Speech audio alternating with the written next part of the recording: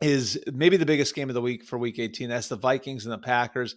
I can't wait for this one, and I think this is a good chance to really have an appreciation for what the Vikings have accomplished. I look at where they were coming out of last year, and really like they looked at 2024 as they turned the page year, where they wanted to get younger, and they had filtered some of the older players out.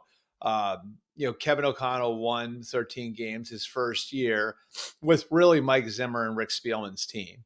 And the reason they did that, they went in and they loved the locker room. They thought the culture was really good and that there was really something to build on there. So they took the core of that team and went and won 13 games the first year.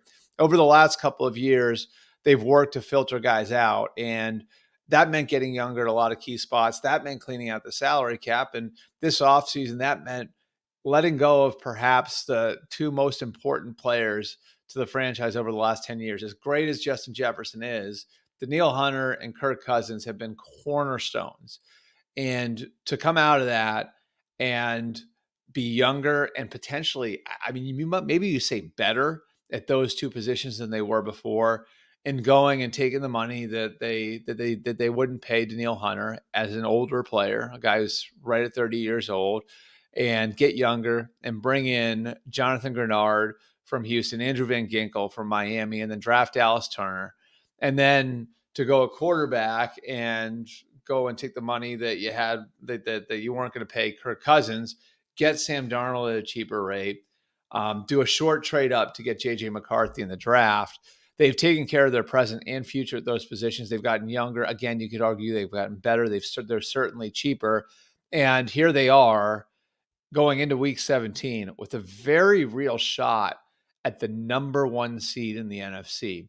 And if they can beat the Packers on Sunday, then the game in week 18 against the Lions will be for the NFC North title and ostensibly for the number one seed. So I'm very, very impressed with what we've seen with the Vikings. I think the Packers are right there with them. That whole division, outside of the Bears, of course, to look at